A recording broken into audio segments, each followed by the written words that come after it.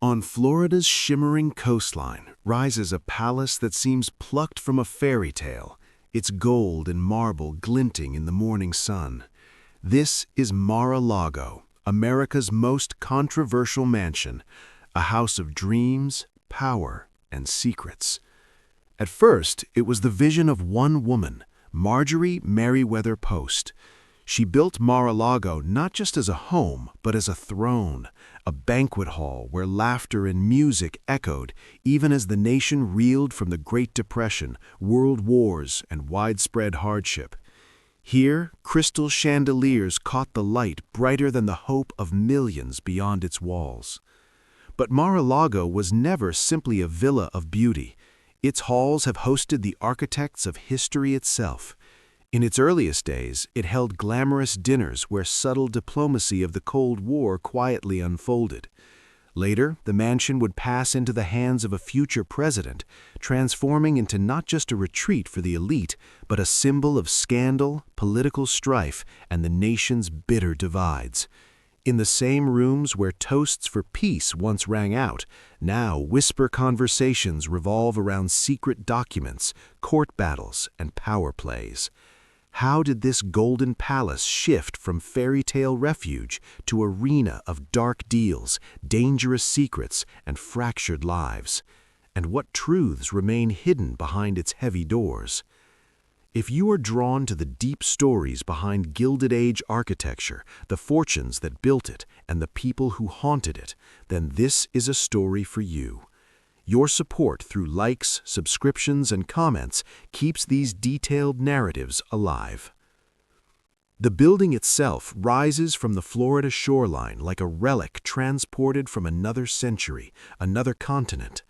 128 rooms, 58 bedrooms, 33 bathrooms, ceilings of gold leaf that shimmer with the dawn, marble floors shipped across oceans.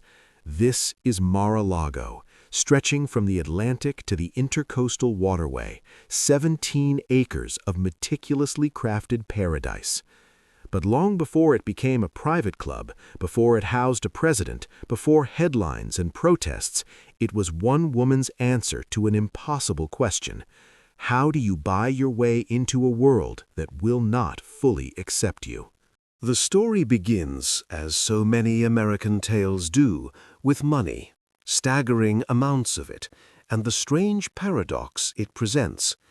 Wealth can open almost every door, yet the most important ones can remain firmly closed. Marjorie Merriweather Post was born in 1887. She inherited the Postum Cereal Company, later General Foods. When her father died in 1914, she was 27 years old. Overnight, she became one of the wealthiest women in America. The precise figure fluctuated with the markets, but by the early 1920s, her fortune was measured in tens of millions of dollars, the equivalent of billions today. Money bought her estates, yachts, art collections destined for museums, and 4 husbands, though notably it could not keep any of them. Most importantly, it could not buy her the one thing she longed for most, unquestioned acceptance into America's most exclusive social circles. The problem was simple and yet almost insurmountable. Marjorie was new money. Her wealth came from cereal, from breakfast foods sold to ordinary Americans. It was not railroad money, banking dynasties, or fortunes slowly built over generations whose family names are etched in history. The old aristocracy looked down on her. The Vanderbilts were polite but distant. At Newport, at the pinnacle of elite gatherings, Marjorie always sensed an invisible barrier. Invitations arrived, of course. She was far too rich to be shut out entirely, but she was never truly inside. The rejection stung. Marjorie had impeccable taste. She collected Russian imperial treasures, French furniture, Renaissance paintings. She entertained with generosity, culture, and refinement. Yet none of it mattered. Old society had its rules, and one rule was absolute. Serial money was never serious money. To understand why Mar-a-Lago exists, one must understand this wound. The mansion was never merely a winter home, it was a declaration, an argument cast in marble and gold. You may not accept me, but you will never ignore me.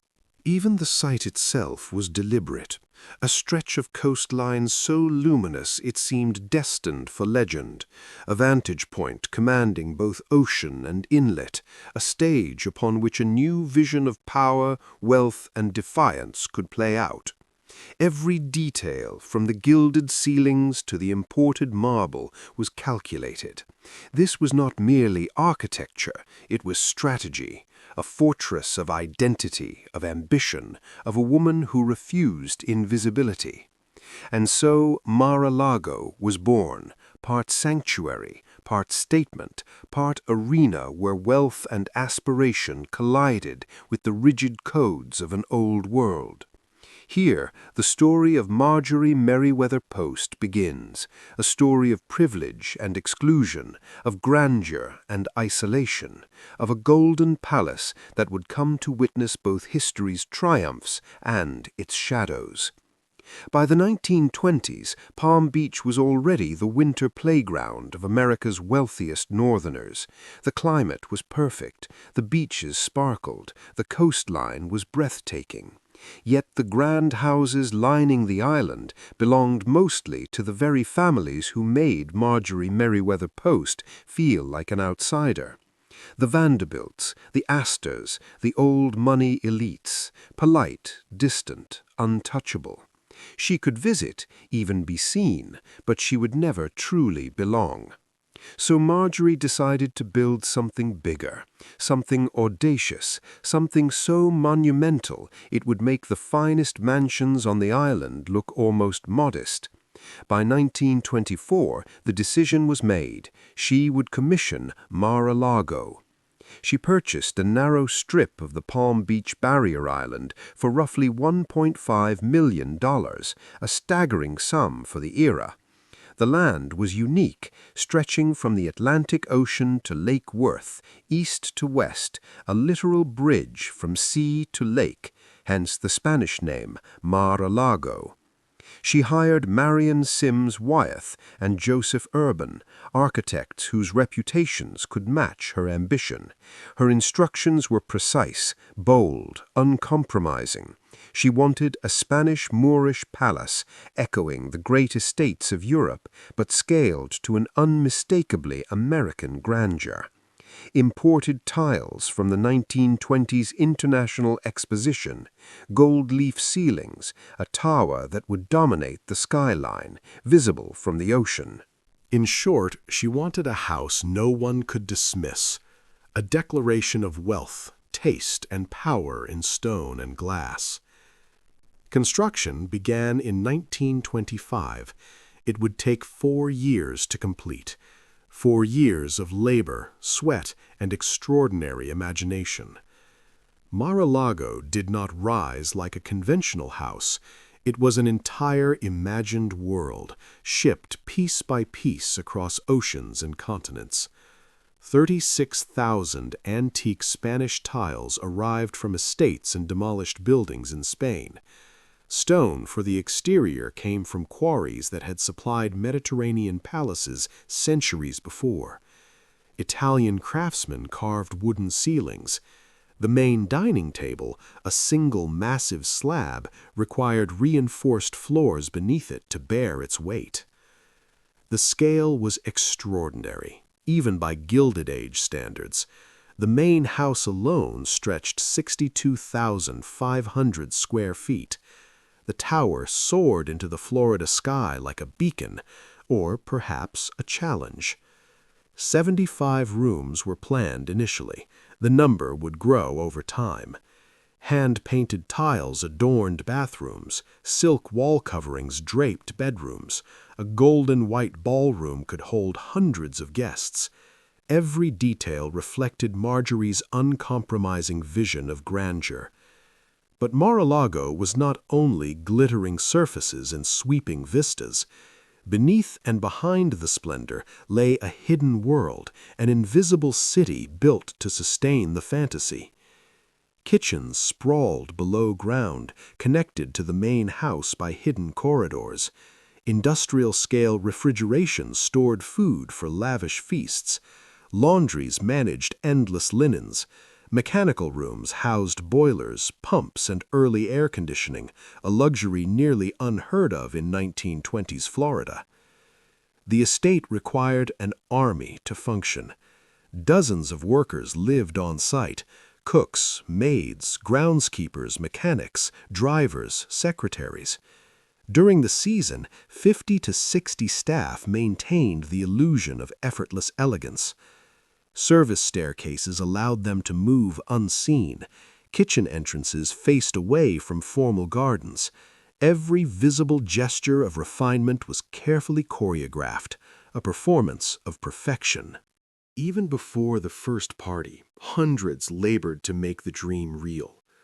Local laborers, many Black and Hispanic men, performed the heaviest work for wages barely above subsistence. Skilled craftsmen arrived from Europe and the northern United States to install the imported tiles, carve ceilings, and polish every surface to shine. Payroll records suggest more than 200 people worked at the height of construction. The conditions were brutal. Florida heat and humidity pressed down like a weight. Sandstone dust filled the air. Tiles had to be installed with absolute precision.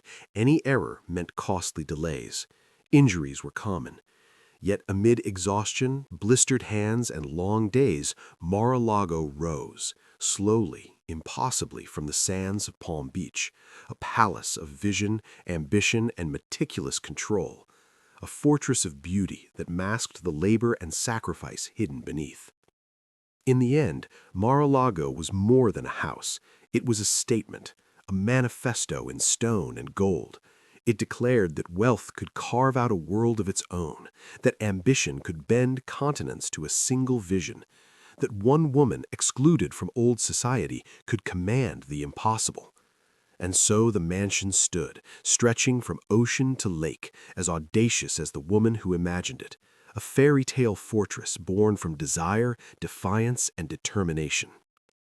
Falls from scaffolding, cuts from stone and glass, heat exhaustion in the sweltering Florida sun. These were the costs of creation.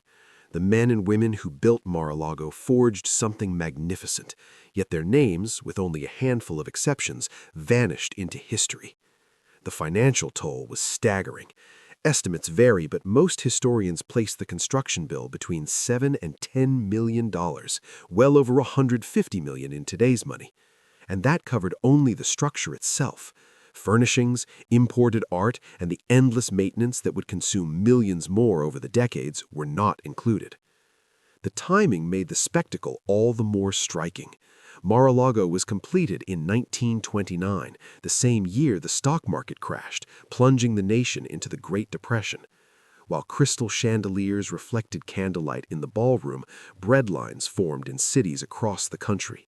While staff served elaborate dinners on gold-trimmed china, countless families struggled to afford basic meals.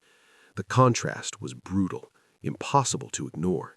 Marjorie, however, seemed unmoved. She believed her fortune created jobs, kept money circulating, and supported artists and craftsmen. Whether the men cutting stone under the relentless sun shared that view is a question history does not answer. The mansion opened for its first full season in early 1930. Marjorie welcomed friends, business partners, minor European nobility, and anyone whose presence could enhance her social standing. The parties became legendary almost immediately. Orchestras played in the ballroom. Champagne flowed, even under Prohibition. Guests came from Hollywood, Washington, and Wall Street. Titles and fortunes mingled in carefully curated assemblies. Yet the question that had driven the entire project lingered. Had she built something grand enough to cross the invisible line separating her from old money society? The answer would reveal itself slowly, painfully, over the years to come. For 3 gilded winters, Mar-a-Lago followed a rhythm as precise and relentless as clockwork. Every November, Marjorie arrived from her estate in upstate New York or her Washington residence. Weeks in advance, the staff prepared, every surface polished, every room aired, scrubbed, and adorned with fresh flowers. The kitchen stocked for months of entertaining. By the time her car passed through the gates, the mansion seemed to be waiting, unchanged, perfect, almost expectant. The winter season unfolded like a meticulously directed play. Guest lists were crafted with care, diplomats and their wives, business titans whose fortunes rivaled her own, actors and actresses whose names added glamour, and, when possible, genuine European aristocrats. Counts and countesses whose titles were centuries old, whose family trees stretched across history. Their presence was the highest validation Marjorie could hope for. Dinners were performances, not meals. 30 or 40 guests seated beneath carved ceilings, a table stretching luxuriously through the formal dining room. 7 courses, sometimes more. Wines selected from her extensive cellars, crystal glasses catching the candlelight. Conversation moved carefully through safe territories: art, travel, society, gossip.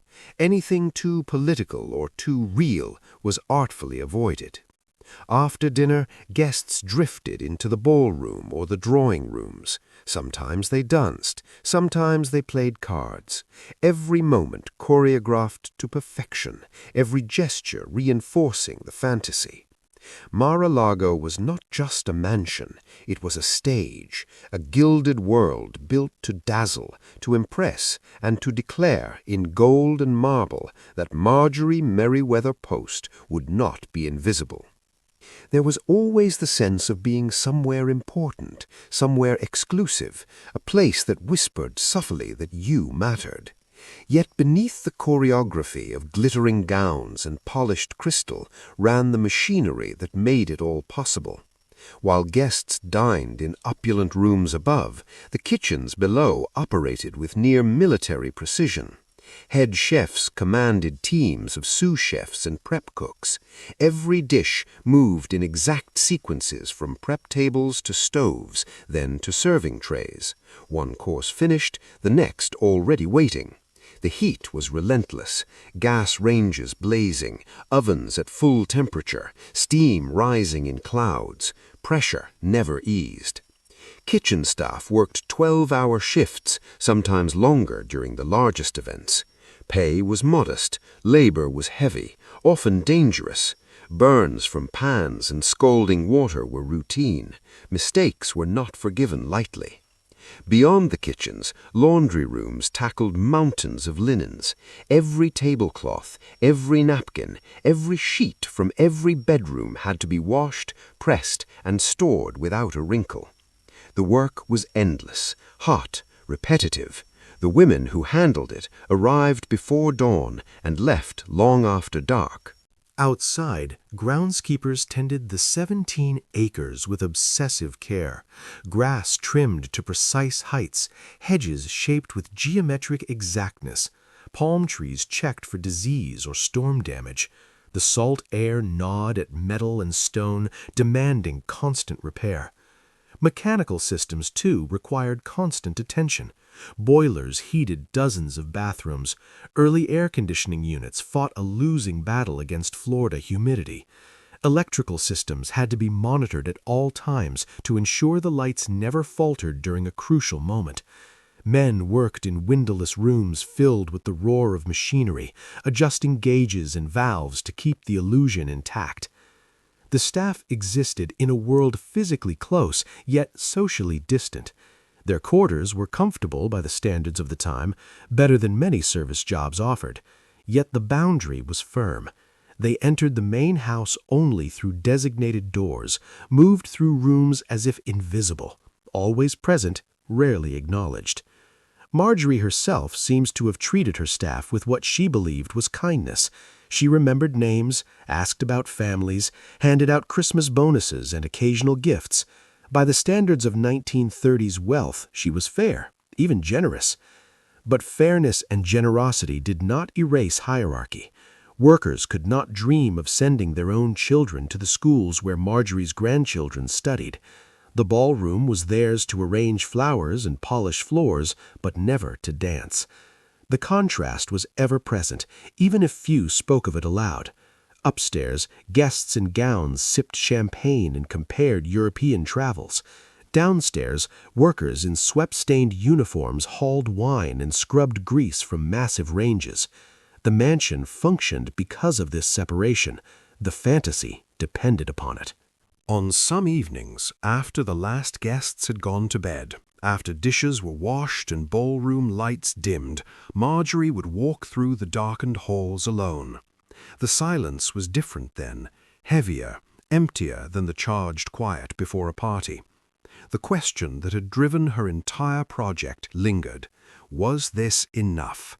Had she proven whatever needed proving? The walls, magnificent as they were, offered no reply. For years, Mar-a-Lago seemed permanent, impervious, but the world beyond Palm Beach was shifting.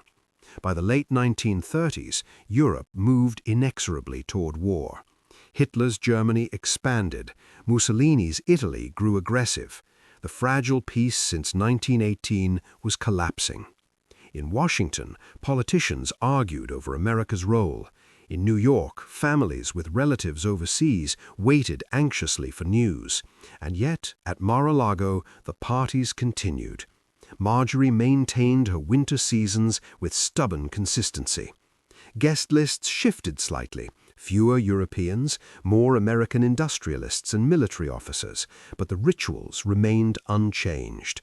Dinners at 8, dancing until midnight, the assumption that this world, this carefully arranged bubble of wealth and privilege, would endure forever. The illusion was powerful, partly because Marjorie herself believed it. She had built something she imagined permanent, a palace of stone and marble, of craftsmanship and art. In her mind, these were the things that mattered, the things that lasted. Yet permanence, it turned out, was far more complicated than architecture. When America entered World War II in December 1941, everything changed. Palm Beach, like the rest of the country, mobilized. Young men from staff families enlisted or were drafted. Rationing reached even the grandest estates. Sugar, butter, gasoline, all suddenly limited. The Coast Guard patrolled Florida's beaches, watching for German submarines, purportedly operating uncomfortably close to shore. Mar-a-Lago continued to function, but the rhythm shifted. Staff numbers dwindled, replaced by temporary workers or reshuffled roles. Resources were scarce, luxury became constrained. Yet Marjorie, ever dedicated to the ritual of her winter seasons, pressed on. The illusion persisted, fragile but determined. The grand halls remained polished, the flowers arranged, the dinners staged. Guests arrived, aware perhaps of the broader upheaval, yet willing to step into a world apart, a gilded sanctuary immune to time and trouble. Beneath the surface, the invisible machinery kept running: kitchens, laundries, boilers, mechanical rooms. Groundskeepers still trimmed hedges, repaired seawalls, and tended the palm trees. The mansion survived the war, not just through stone and mortar, but because hundreds of hands, visible and invisible, privileged and overlooked, kept the dream alive. And through it all, Marjorie continued to walk her halls, measuring the question she had built her life around: had she finally created a world that could endure?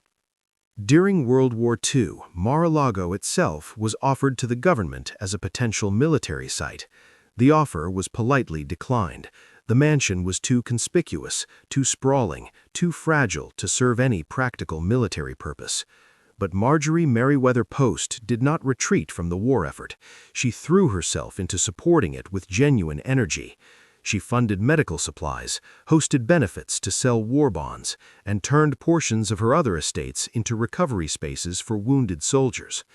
The war revealed something unexpected about the mansion.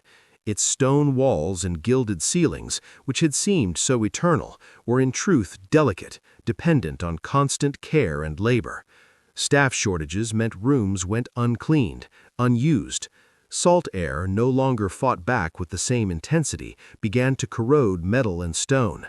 Complex mechanical systems, boilers, pumps, early air conditioning demanded parts that were now diverted to war production.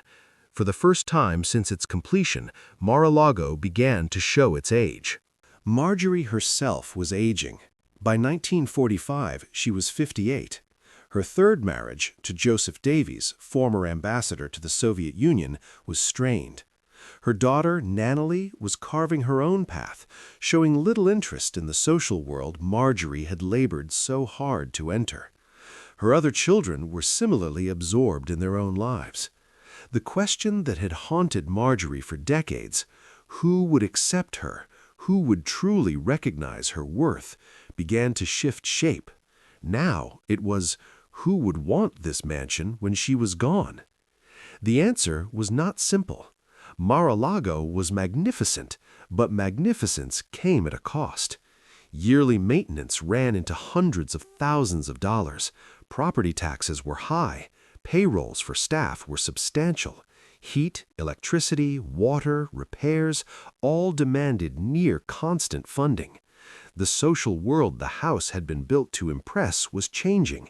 The old families, the once rigid gatekeepers of society, were losing their grip. New money was rising, though often in forms Marjorie never fully anticipated. Hollywood wealth, oil fortunes, eventually the early stirrings of technology money. The rules were shifting, but too late for Marjorie, and in ways that left her uncertain of her place. Even more troubling, her children did not want it. Mar-a-Lago embodied Marjorie's dream, her answer to her personal wound, the fortress of acceptance she had struggled for all her life. Her children had their own dreams, their own ambitions, their own perspectives. None were willing to inherit a palace that demanded relentless attention, both emotional and financial. The mansion, they understood, was a burden. So Marjorie began to confront a new reality. What happens to a house like this when its creator is no longer present to guide it, to maintain its relevance? Could it survive in private hands, intact? Should it be donated, preserved as history? Or was it simply too costly, too impractical, too uniquely tied to one woman's vision to endure beyond her lifetime? There were no simple answers. True to form, Marjorie did what she often did when faced with the insoluble. She carried on.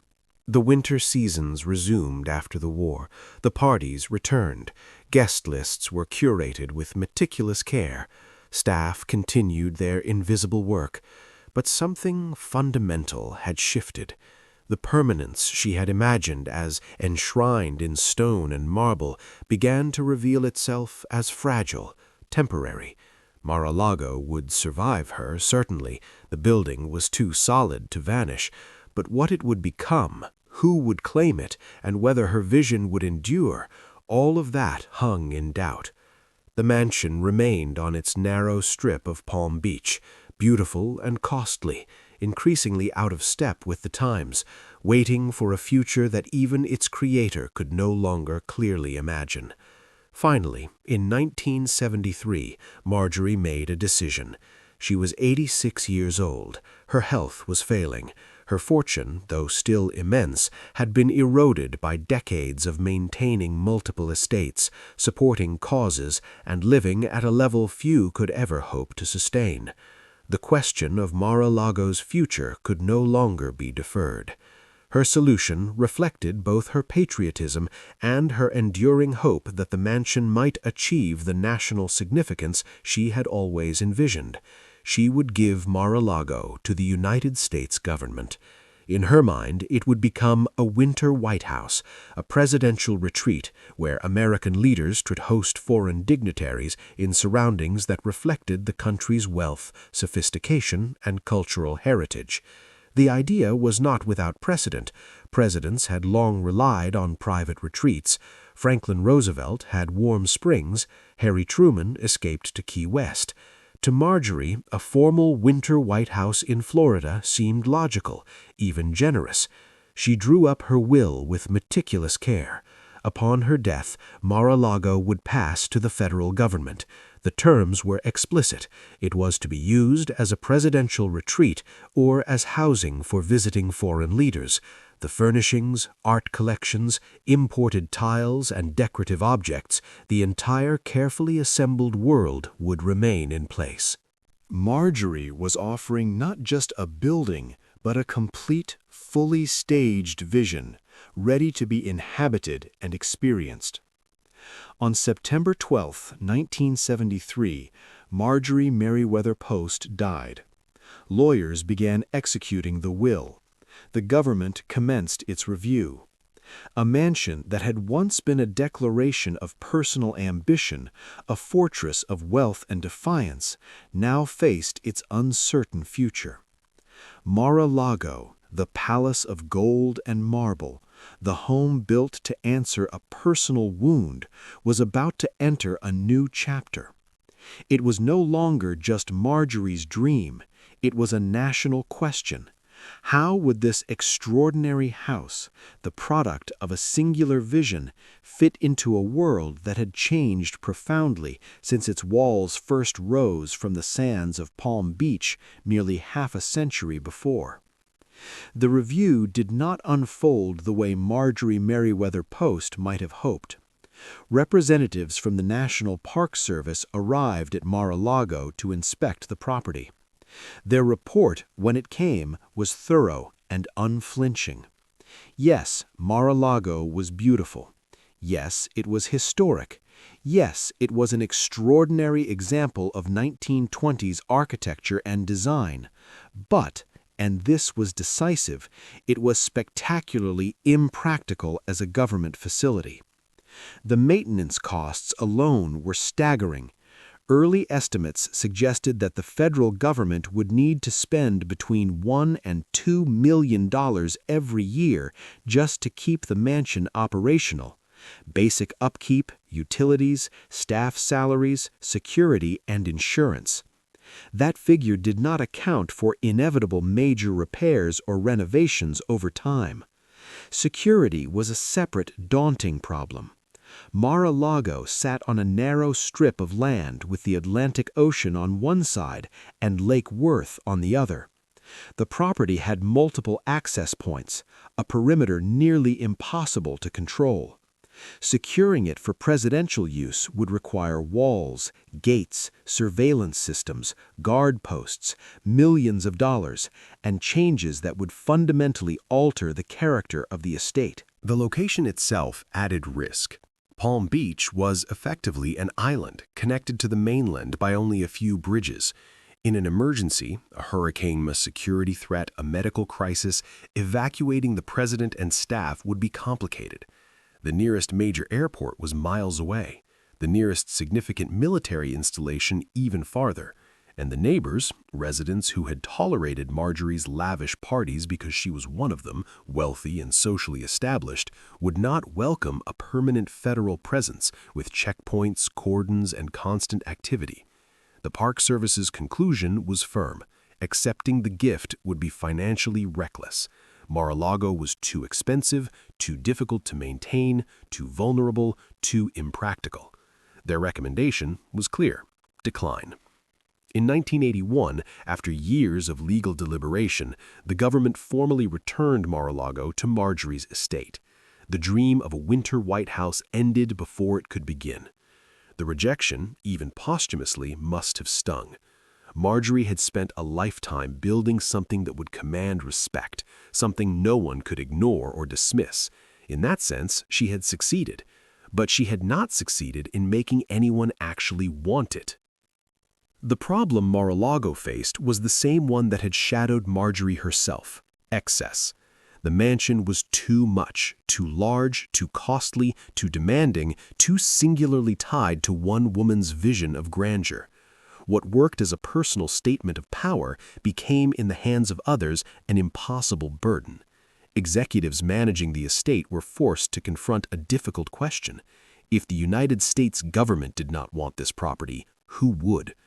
Through much of the early 1980s, the mansion remained mostly empty. A skeleton staff kept the basic systems running. Wings of the house were closed off. Dust gathered on surfaces that had once gleamed under candlelight. Without constant attention, the garden slipped toward wildness. Salt air continued its slow, patient corrosion.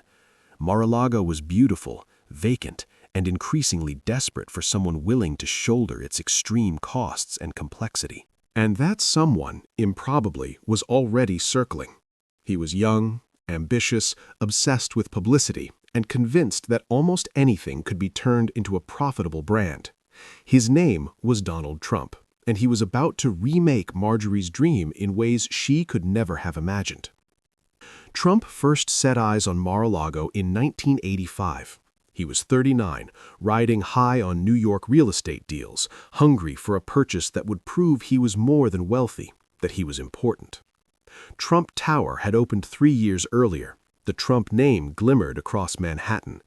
Yet New York, for all its glamour, was crowded with other developers and dynasties, each staking claims to greatness. Florida felt different. Open space, endless sunshine, and the opportunity to acquire something already steeped in history and prestige. His first move was characteristically aggressive. He offered $5 million for Mar-a-Lago, a fraction of its original construction cost, reflecting the property's impracticality. Estate executives reportedly took offense and refused. Trump responded in kind, buying the beach parcel directly in front of Mar-a-Lago for $2 million. His stated plan: build high-rise condominiums that would block the mansion's ocean view and strip much of its remaining value. Whether he intended to follow through or simply leverage a negotiation tactic is unclear, but the leverage worked. Faced with the prospect of their oceanfront masterpiece being hemmed in by concrete towers, the executives returned to the table. In 1985, Trump acquired Mar-a-Lago and its furnishings for roughly $8 million. Still a steep discount compared to its original cost, yet the best realistic offer anyone could make. And yet, his immediate challenge mirrored the obstacle that had defeated the federal government. Mar-a-Lago, magnificent and historic, was wildly impractical. Its grandeur came with layers of complexity: soaring maintenance costs, aging mechanical systems, security vulnerabilities, and the sheer effort required to keep it operational. Owning Mar-a-Lago was not merely buying a house, it was inheriting decades of labor, risk, and responsibility, a statement in marble and gold that demanded devotion or crumbled. For decades, Mar-a-Lago had existed as a personal statement of wealth and taste, a gilded fortress of one woman's ambition. Now, it was in the hands of a showman who understood publicity, leverage, and spectacle, someone prepared to rewrite its story entirely. The mansion would not disappear, but it was about to enter a chapter that no one, not even its creator, could have predicted. The property burned through money at an almost impossible rate. Maintenance costs remained in the hundreds of thousands of dollars each year. Property taxes were heavy, calculated for a private residence of extraordinary scale. The mansion was absurdly oversized. Even Donald Trump, with his experience in luxury real estate and high-stakes projects, recognized the challenge. Mar-a-Lago demanded a level of staff, oversight, and spending that made it almost unmanageable. Trump's response fit his particular talent, turning status into cash. He would convert Mar-a-Lago into a private club, transforming the burdensome palace into a self-sustaining source of revenue. The conversion began in 1995. Trump reportedly invested around $3 million in renovations, modernizing electrical systems, upgrading kitchens, and refurbishing rooms that had suffered years of minimal upkeep. Yet the core of the mansion remained untouched. The ballroom, the dining room, the gold leaf ceilings, the imported tiles, all stayed as Marjorie Merriweather Post had left them. Trump understood that what he was selling was not comfort or convenience, but a very specific fantasy, the illusion of privilege, power, and exclusivity. The club model was simple. Members paid an initiation fee, initially $100,000, later raised to $200,000, plus annual dues of roughly $14,000. In return, they gained access to the mansion, the right to dine in its restaurants, to use its pool and private beach, and, most importantly, to claim membership in an elite social world. Trump marketed the club relentlessly: interviews with architecture magazines, tours for society writers, staged photographs showing him amid opulent surroundings. The message was precise and consistent. Mar-a-Lago was not just a club, it was an inner circle. Membership was a statement. You had arrived. Palm Beach society, however, was not uniformly charmed. The town already had its pillars: the Bath and Tennis Club, the Everglades Club, institutions with histories stretching back decades, their membership lists jealously guarded. These clubs had previously rebuffed Trump himself, reportedly because of his flamboyant persona and connections to casino gambling. Trump's response was strategic. Mar-a-Lago would be deliberately different. While the older clubs maintained restrictive practices, excluding Jews, African Americans, and others, Mar-a-Lago was explicitly open to membership regardless of religion or race. Whether this was principle, strategy, or a blend of both remains debated, but the results were clear.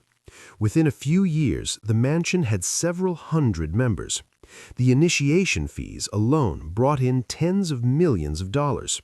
Annual dues created a predictable revenue stream. Trump had solved Mar-a-Lago's fundamental problem. He had found a way to make other people pay to maintain Marjorie's dream. Yet the club was never just a business. From the beginning, Trump used Mar-a-Lago as a stage for his ambitions. He hosted parties engineered to make headlines, inviting politicians, athletes, entertainers, anyone whose presence signaled power or fame. He gave interviews from the mansion, always framed by gilded ceilings and chandeliers, reinforcing the image of influence he wanted to project. Mar-a-Lago was becoming something Marjorie might have imagined, a place where important things happened, where important people gathered, where decisions that mattered were made. But the question remained whether those events, those people, those decisions would honor the mansion or twist it into something darker than Marjorie could ever have envisioned. The answer would arrive in full force with another decade and an election that stunned the world. The election of 2016 changed everything. When Donald Trump won the presidency in November, defeating Hillary Clinton in a result that defied pollsters and pundits alike, Mar-a-Lago's status shifted overnight. The property that the federal government had once rejected as too impractical, too costly, too insecure for presidential use was about to become exactly that. Not officially, not by statute, but in practice. Trump's intentions were immediate and clear. He would spend substantial time at Mar-a-Lago, host foreign leaders there, and conduct government business from the property. The winter White House that Marjorie had envisioned in her will was finally realized, though in a form she could never have imagined. The transformation came with immediate complications. Security demands exploded. The Secret Service descended on Palm Beach, turning the mansion and surrounding area into a fortified compound. Streets were closed, checkpoints installed. Coast Guard boats patrolled offshore waters. Airspace above the property was restricted. Agents screened every individual entering the estate, including club members who had paid hundreds of thousands of dollars for the illusion of effortless access. The costs were staggering, yet, unlike Marjorie's original offer to the government, these expenses were no longer the owner's problem. Federal taxpayers bore the burden of securing the property, protecting the president, and managing the logistics of running elements of the U.S. government out of a private club. Each presidential visit reportedly cost millions in security and operational expenditures. Palm Beach residents, who had tolerated the club with a mixture of curiosity and skepticism, now faced an unprecedented reality. Roads closed whenever the president was in residence. Motorcades snarled local traffic. Helicopters patrolled the skies. The quiet, carefully curated exclusivity of the town was repeatedly disrupted by the constant noise of presidential logistics. Lawsuits followed. Neighbors went to court over noise, traffic, and perceived declines in property values. Town council meetings turned contentious, debates over Trump's legal residency spilling into public view. Mar-a-Lago's deed, reportedly limiting its use to a private club rather than permanent residence, was being tested, challenged, and reinterpreted. In the span of a single election, the mansion that had once symbolized Marjorie Merriweather Post's personal ambition had become a global stage. Mar-a-Lago was no longer just a gilded palace or an elite club. It was a seat of power, a fortress, a political and social theater, its history rewritten in real time. The golden ceilings, imported tiles, and marble floors now bore witness to a new era of influence, one in which the mansion's original purpose, a statement of personal achievement and social entry, was overtaken by national politics, security imperatives, and the spectacle of a presidency. Mar-a-Lago, once a dream of a woman seeking acceptance, had become a symbol far larger than any single person. It was excess, wealth, power, and ambition made concrete and gold, a stage upon which history, politics, and spectacle converged. Its story, long tied to one woman's vision, had finally entered the public consciousness in ways Marjorie could never have anticipated. And as it would continue to evolve, the mansion would remind the world that grandeur, ambition, and influence are never static, that every gilded palace carries a shadow, and that the cost of dreams, whether personal or political, is always extraordinary. Yet the most significant transformation at Mar-a-Lago was not structural, not logistical, but profoundly symbolic. The mansion had always been a statement of wealth, power, and ambition. Under Trump, it became a lightning rod for everything that divided America. For supporters, Mar-a-Lago embodied success and achievement. Trump had taken a property that no one else wanted and turned it into a profitable, high-profile enterprise.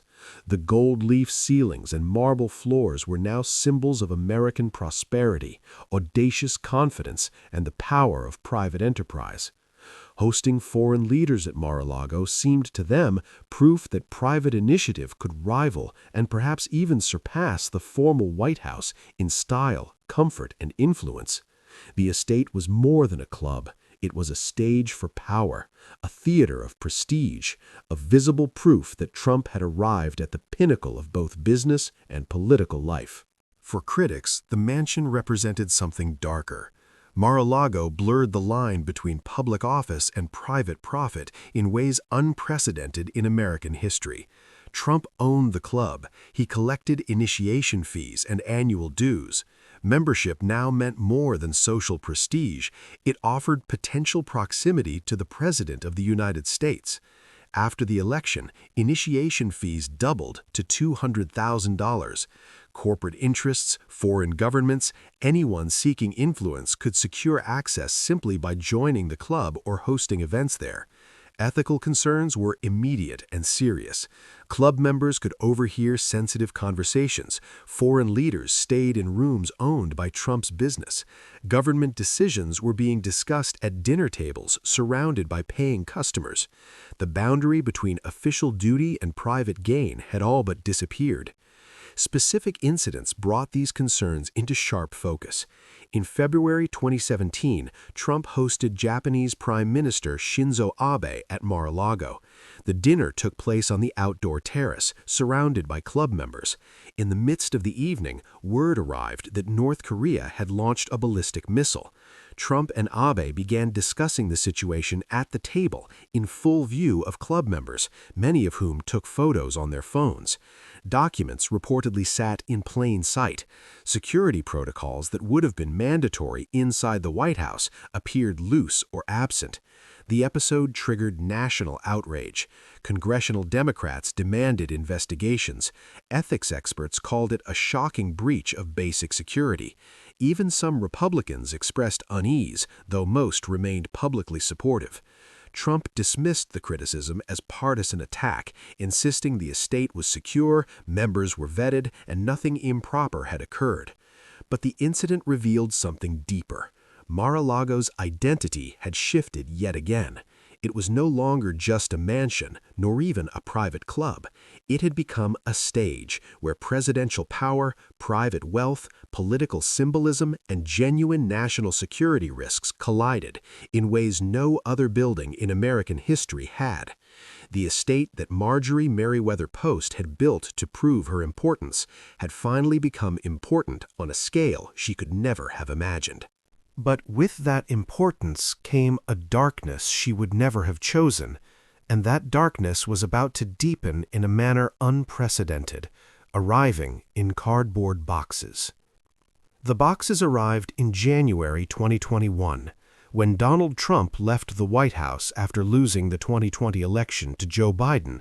He took with him something no former president had ever removed on such a scale: thousands of pages of government documents.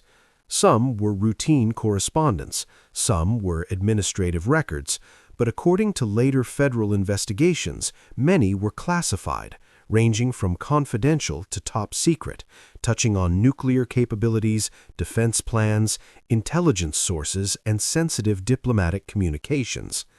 These materials traveled from Washington to Mar-a-Lago in ordinary cardboard boxes. First, roughly 15, though the exact number would later be disputed. Initially, the boxes were stored in a basement room, then moved to various locations on the property, including the ballroom, the space where Marjorie's guests had once danced beneath gold-leaf ceilings. At first, almost no one outside Trump's immediate circle knew the documents were there. But by early 2022, the National Archives, the federal agency responsible for preserving presidential records, realized significant material was missing. Officials requested their return. Trump's representatives negotiated. Some documents were returned in January 2022, but archives staff immediately noticed classified markings on materials that should never have left secure government facilities. The Justice Department opened a criminal investigation. Subpoenas followed.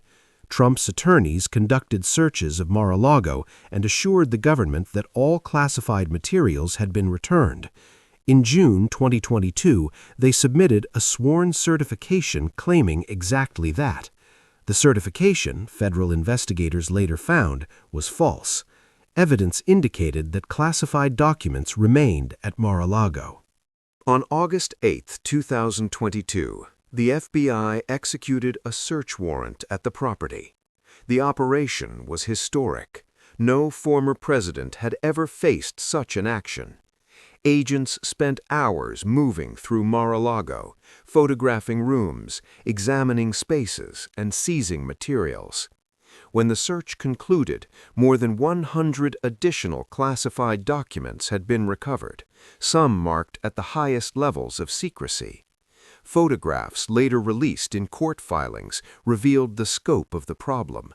Documents stacked in offices, in storage rooms, in spaces once reserved for opulent social gatherings, now a scene of extraordinary legal and political consequence.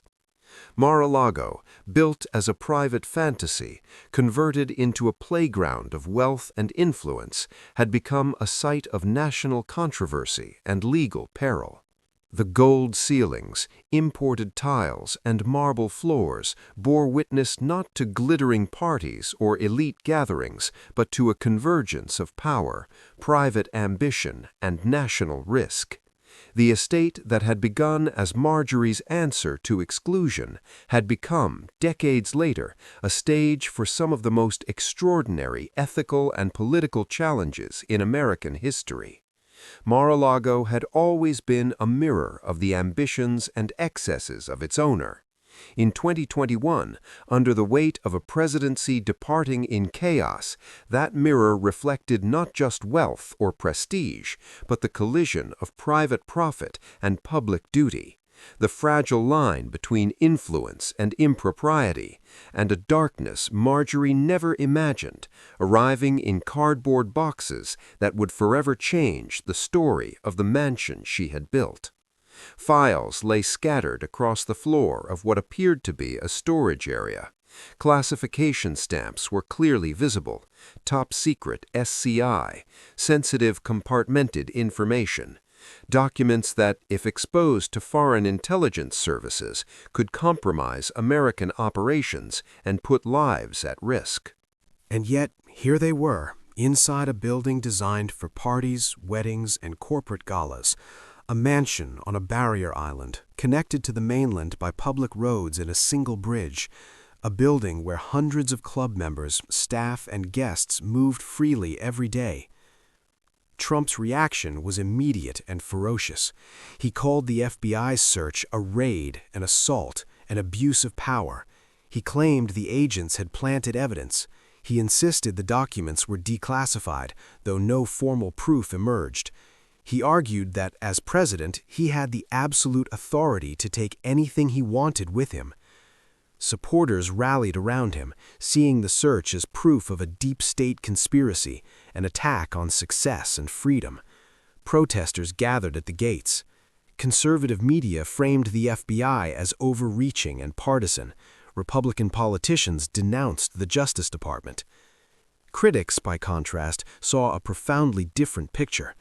A former president had removed classified materials, resisted returning them, allowed false statements under oath, and stored sensitive intelligence in a social club where day-to-day security was managed by hospitality staff, not counterintelligence professionals. The implications were stark. A building meant for leisure, opulence, and performance had become a repository for some of the nation's most guarded secrets. Federal prosecutors convened a grand jury. In June 2023, Trump was indicted on 37 counts, ranging from mishandling classified documents to obstructing justice. Additional charges were added later. The case was assigned to Judge Aileen Cannon in the Southern District of Florida. The trial was set, then delayed. Legal motions piled up. Trump's attorneys challenged the search warrant, the charges, the authority of the special counsel, nearly every structural element of the prosecution. The proceedings became yet another battlefield in the ongoing political war surrounding Trump, with each side convinced of the other's corruption and malice. Yet beneath the politics, the headlines, and the spinning narratives, one simple fact remained. Classified documents had been stored in a mansion built for parties. The same ballroom that had hosted Marjorie Merriweather Post's Gilded Dinners, that had witnessed Trump's club galas, that had welcomed diplomats during his presidency, was now a crime scene, or, depending on whom you asked, a focus of a witch hunt. The estate that had always been about appearances, about projecting wealth and importance, now sat at the center of questions about whether that power had been abused and whether the carefully crafted illusions had concealed something genuinely dangerous. Mar-a-Lago had reached maximum visibility and significance. What that significance would cost and who would ultimately pay remained uncertain. And yet, life at Mar-a-Lago continued. Weddings were still booked in the ballroom.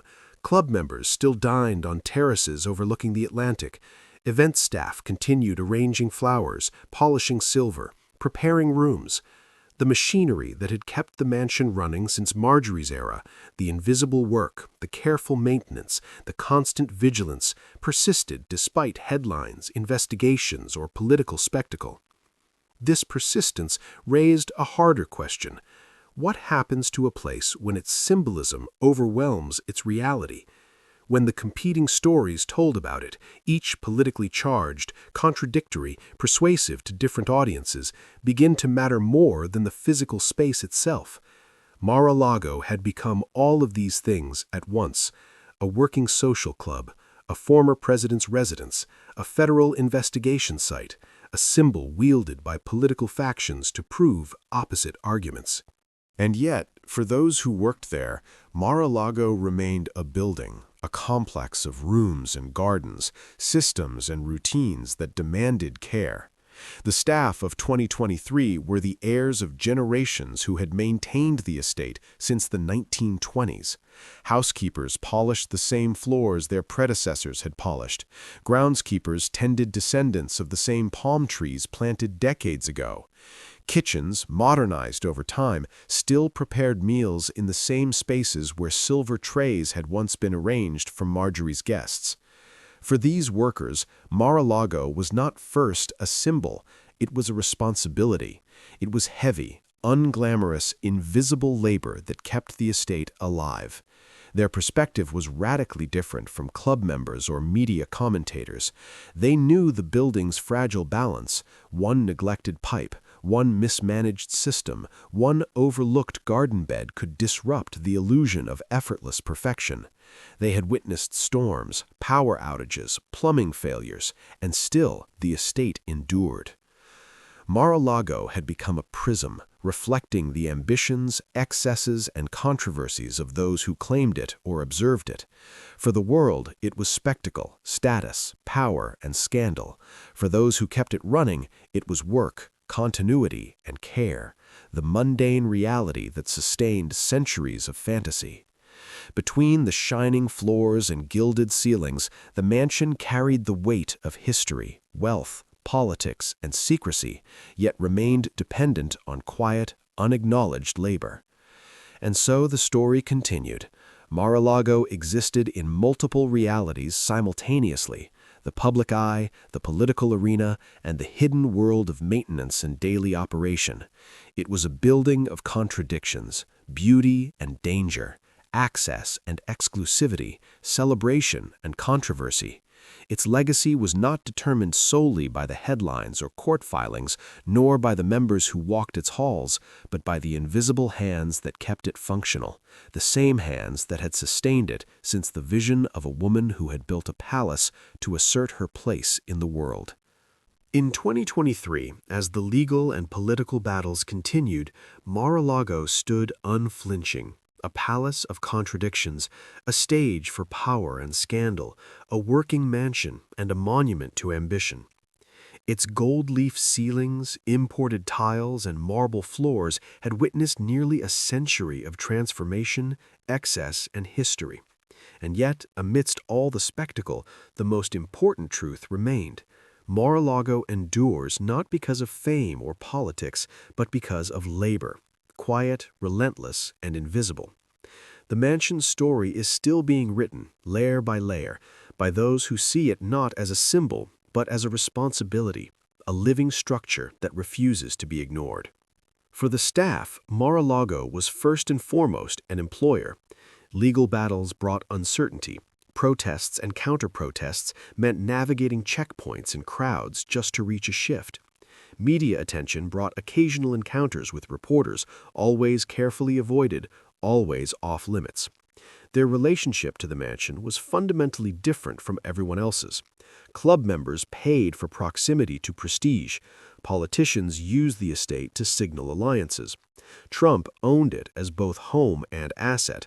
The workers needed it simply to earn a living. Their wages, while reportedly higher than many service jobs in Palm Beach, were tiny compared to the fortunes on display around them. This economic truth had always existed. Since Marjorie's time, Mar-a-Lago relied on unseen labor to sustain its illusion.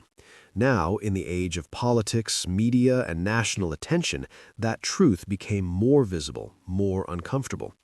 The same building that symbolized American success to some and American corruption to others was for its workers a site of labor. Hard, often invisible labor that made every party, every summit, every photo opportunity possible. The historical echo was unmistakable. Marjorie had built Mar-a-Lago with the help of craftsmen whose names disappeared into the past. Trump maintained it with employees whose identities were similarly invisible. Their work noticed only when something went wrong: a security lapse, a dispute, a stray comment to a reporter. The mansion consumed their time, their effort, and their focus, all while directing attention upward to the owners, the guests, and the dramas unfolding in the glittering rooms above. But the estate's influence extended far beyond the walls. Palm Beach residents navigated traffic snarls and road closures, sometimes benefiting from the influx of visitors, sometimes losing business to those avoiding the chaos. property values shifted depending on whether proximity to presidential activity was perceived as a luxury or a headache.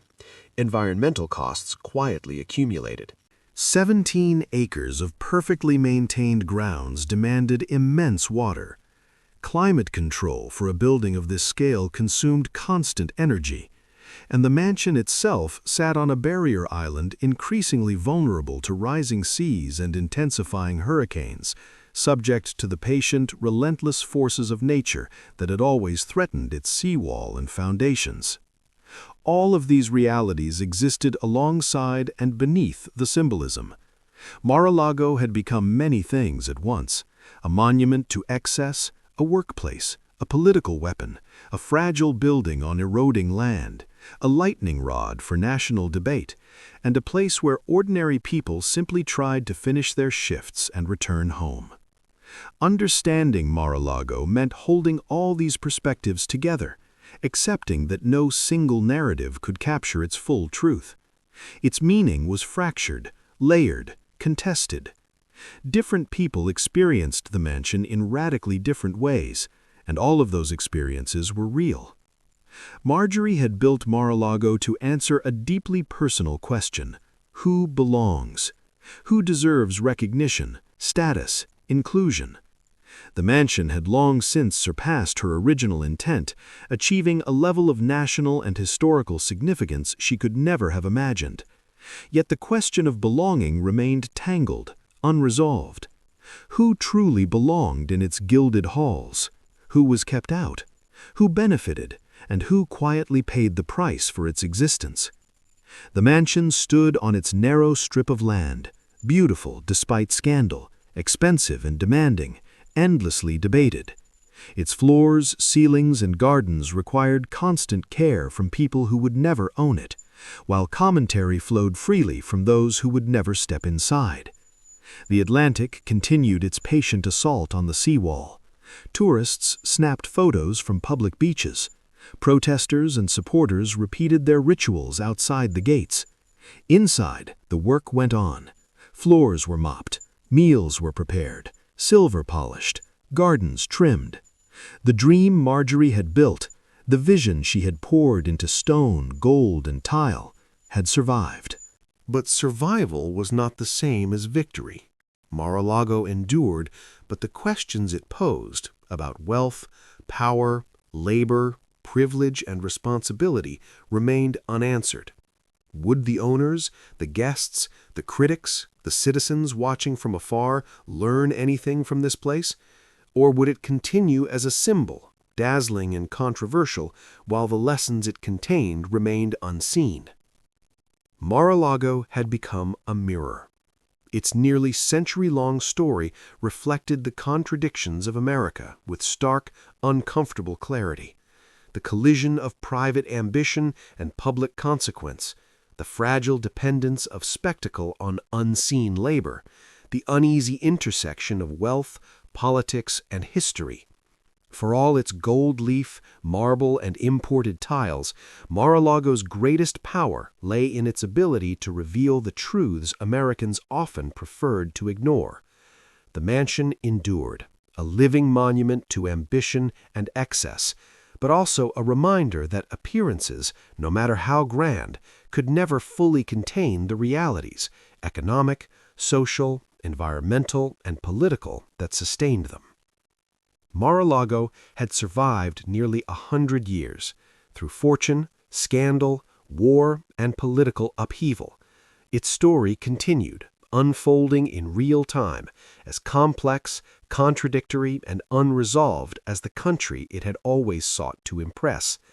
And in that persistence, it posed the same question that had haunted Marjorie nearly a century before.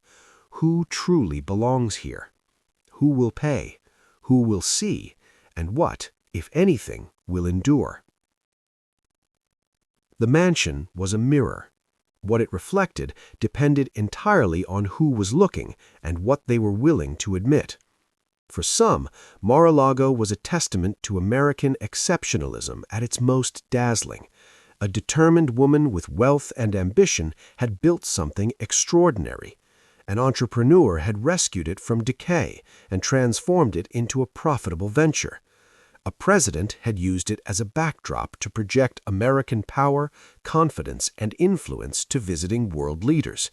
In that version, the story was about ingenuity, private enterprise succeeding where government had failed, individuals creating value and beauty through vision and determination. For others, the same sequence of events told a darker, more troubling tale.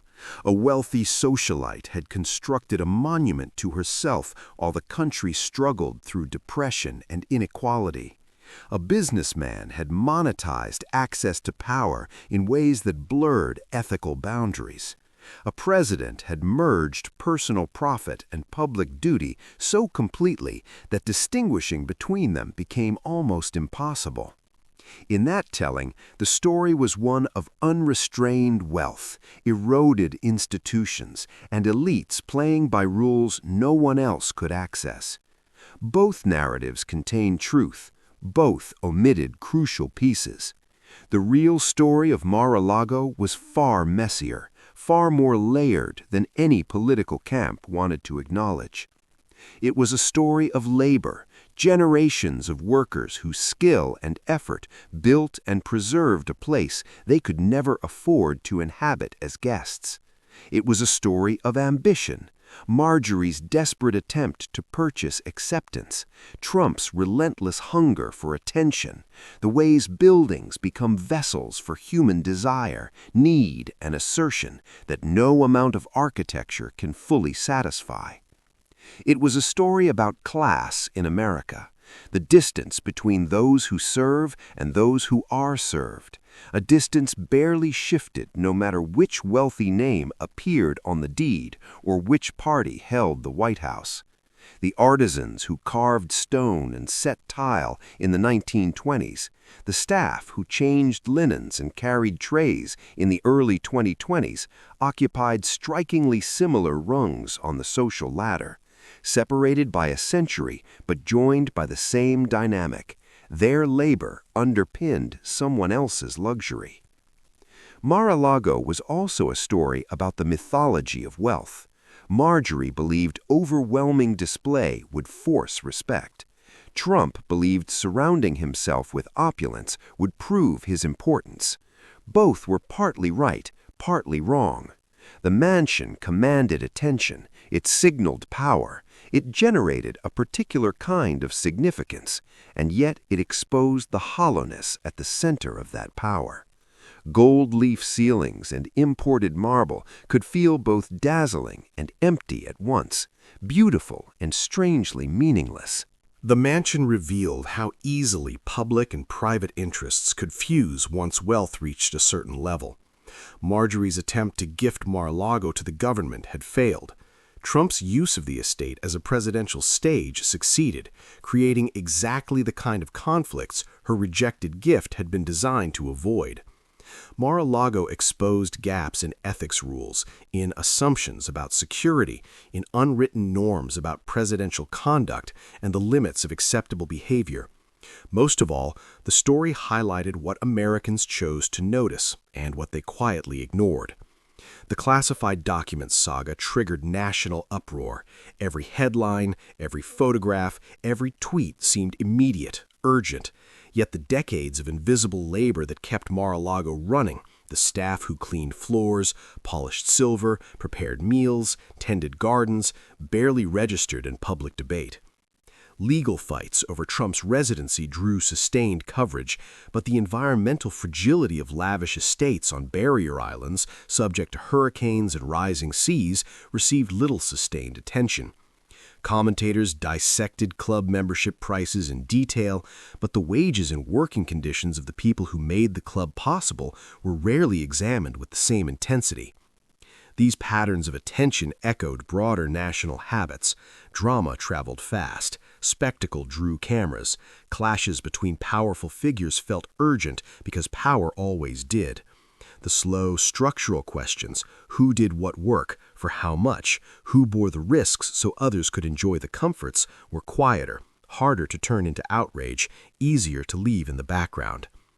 Mar-a-Lago had become a symbol Symbols flatten, distort, and simplify by design. The mansion was not simply good or evil. It was not only a monument to success or a temple of corruption. It was both and neither. A complicated place with a complicated past, refusing to shrink down to a single neat meaning. The house had outlived its creator, and it would almost certainly outlive its current owner. The unresolved question was what it would become next, and whether that next chapter would be shaped deliberately or simply happen by inertia, determined by whoever had enough money and ego to claim it. Buildings do not choose their owners or their roles. People do. The decisions made about Mar-a-Lago, whether to preserve it, repurpose it, regulate it, condemn it, or simply allow it to continue its hybrid existence, would say a great deal about American values and priorities. The mirror remained set in stone and marble.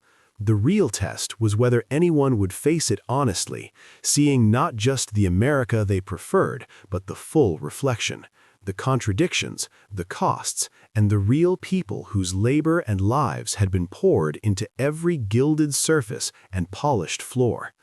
Looking honestly at the reflection was only the first step. The harder question was what to do with what you saw.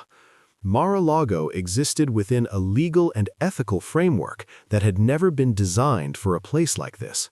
A former president owning a commercial property while potentially running for office again created conflicts that existing rules could barely describe, let alone regulate.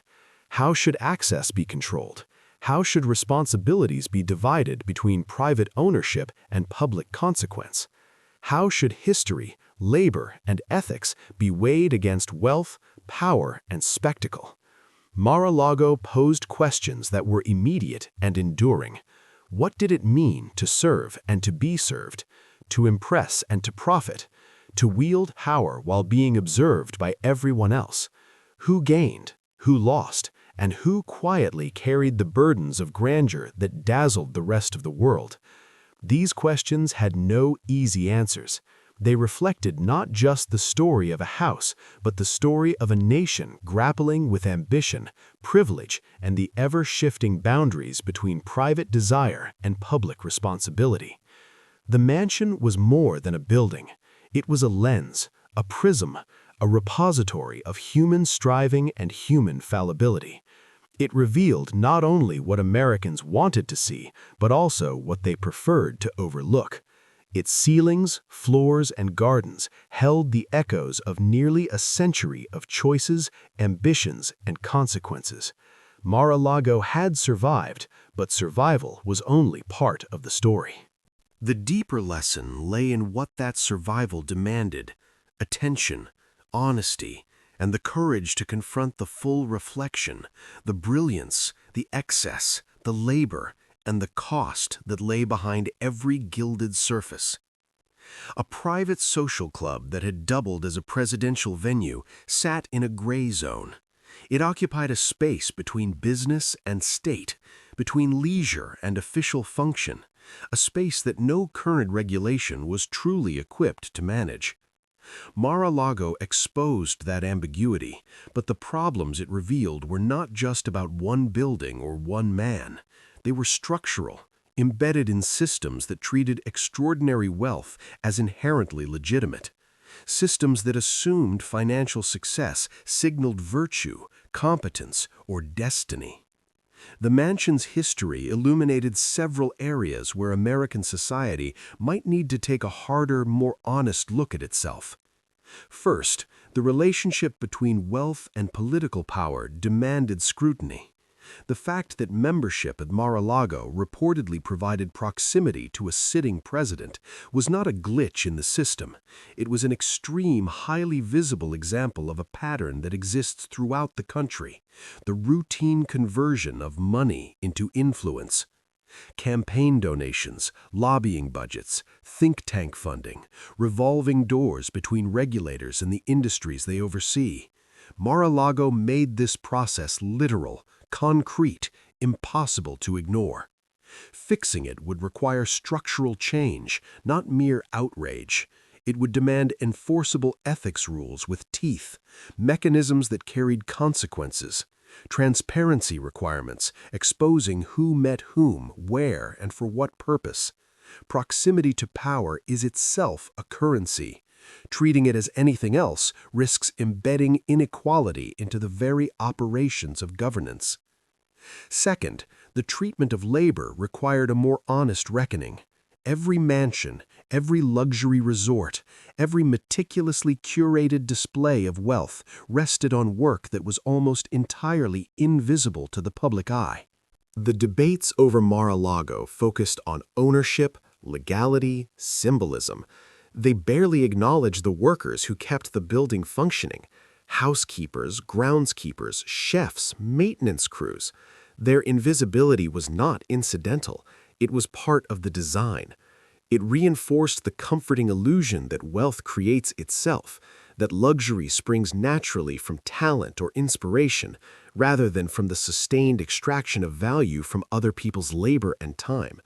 Recognizing these workers, knowing their names, understanding their routines, ensuring fair compensation and protections, these would require Americans to confront uncomfortable truths about how comfort and spectacle are actually produced and who carries the weight.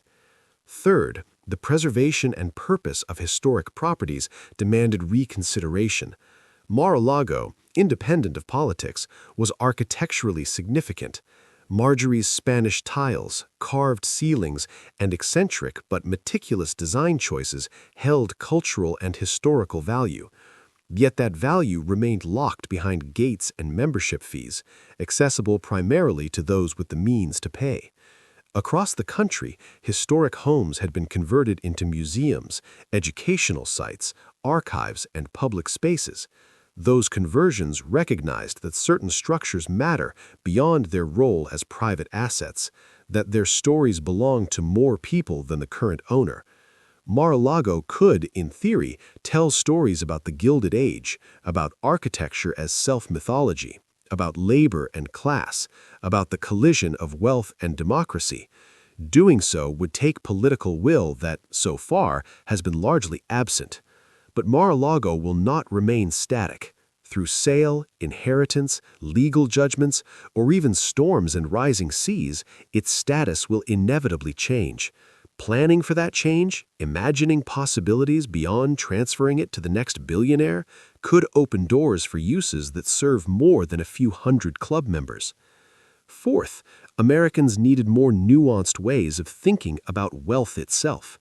The habit of treating large fortunes as proof of merit, evidence of intelligence, discipline, or moral worth, obscures reality. Wealth almost never emerges from skill or effort alone.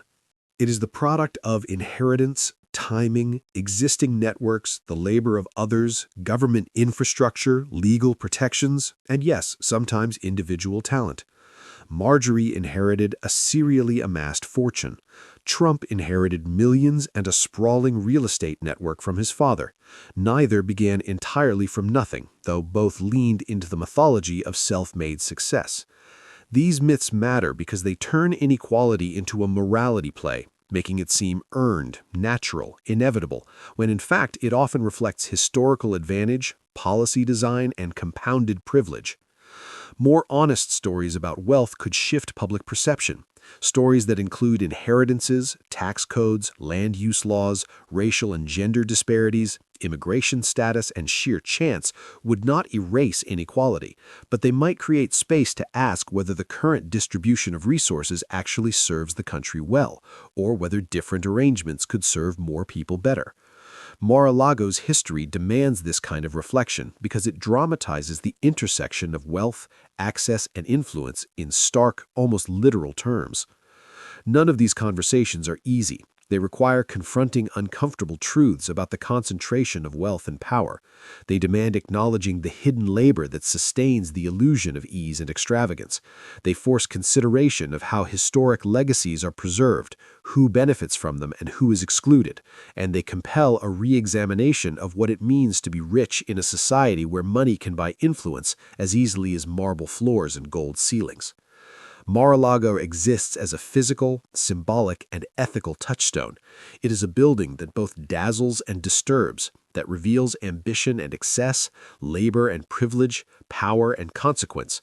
It asks Americans to hold all of these truths at once, to resist flattening its history into a single narrative, and to reckon with what it says about the country, then and now. Its lessons are immediate and persistent. Wealth is neither inherently virtuous nor inherently earned. Access is a form of currency. Labor underpins luxury. Historical and cultural value is often locked behind the doors of the few. The mansion's story points toward questions that will not vanish with the passage of time. Who has access to influence, and at what cost? Who carries the burdens of comfort for others? How should public and private priorities coexist when wealth, power, and history collide? Mar-a-Lago, in stone and marble, gold leaf and garden, embodies these tensions. It does not answer them. It only asks them, demanding reflection, scrutiny, and perhaps, in time, action. They challenge the stories America tells itself about individualism, meritocracy, and the moral beauty of accumulation. Mar-a-Lago's history forces a reckoning. Who benefits from the system, and at what cost? It asks Americans to admit that the game has never been purely fair, that personal success often rests atop structures and opportunities many others never had the chance to use. Mar-a-Lago cannot compel these conversations, but it offers undeniable, concrete entry points. Who gains access and why? Who performs the work, and how much do they receive? How do public power and private wealth intertwine beneath a single roof?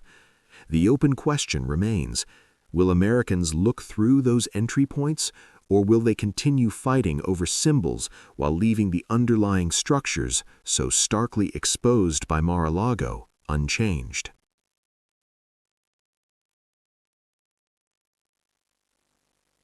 "12 waves crashed against the same seawall. The wall had outlasted arguments, scandals, and decades of ambition, just as the mansion had outlasted its builders. Dawn arrived over the Atlantic the way it had for nearly a century. Light touched the waves first, then the sand, then the seawall that kept the ocean from reclaiming the property. Hands had poured and stacked those stones in the 1920s, patched and reinforced them after storms, repaired and rebuilt them countless times, but the wall's essential purpose had never changed: to hold back the ocean. The ocean was patient. It could wait. Inside Mar-a-Lago, routines resumed as if nothing else mattered. Security guards rotated shifts. Kitchen staff arrived to prepare breakfast. Maintenance crews walked corridors and inspected electrical systems, plumbing, and machinery that always needed attention. The mansion demanded care, as it always had, as it always would. That continuity revealed the clearest truth about Mar-a-Lago. Beneath controversy and symbolism, beneath headlines and legal battles, it remained a structure sustained only through human labor.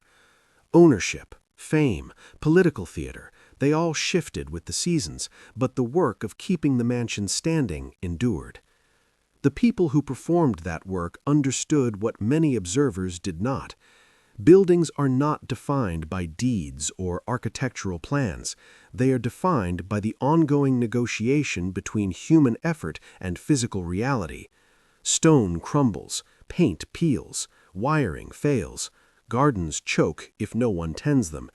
Survival depends not on grand visions, dramatic gestures, or even wealth, but on quiet, repetitive acts, noticing what begins to break and repairing it, day after day, year after year, decade after decade. Marjorie understood this, at least partially. She hired staff, funded upkeep, and paid for restorations, but in her mind these were means to an end, the cost of preserving her dream. She did not fully grasp, or perhaps did not want to, that the work itself was the substance. The dream was only a reflection cast on its polished surfaces. The building's reality was the labor that sustained it, Everything else was projection, a reflection of ambition and desire. Trump understood it differently, but not more profoundly. He treated Mar-a-Lago as an asset, a brand, a stage set. Maintenance was overhead, a line item to be minimized, never the central activity that gave the mansion real meaning. His relationship with Mar-a-Lago was extractive. What could it do for him? How could it amplify his image? What value could he extract before moving on? Neither approach fully honored what the mansion actually was, a long, ongoing collaboration between those who imagined it, those who built it, those who maintained it, and the natural forces, wind, water, sun, salt, that tested how long human effort could hold the line. The ocean pushed relentlessly against the seawall. Climate change accelerated coastal erosion. Sea levels rose in documented inches. Storms grew stronger, more frequent, more unpredictable. Within decades, possibly years, Mar-a-Lago could face a true existential threat, not from politics or court cases, but from physics. Water creeping higher, land sinking lower.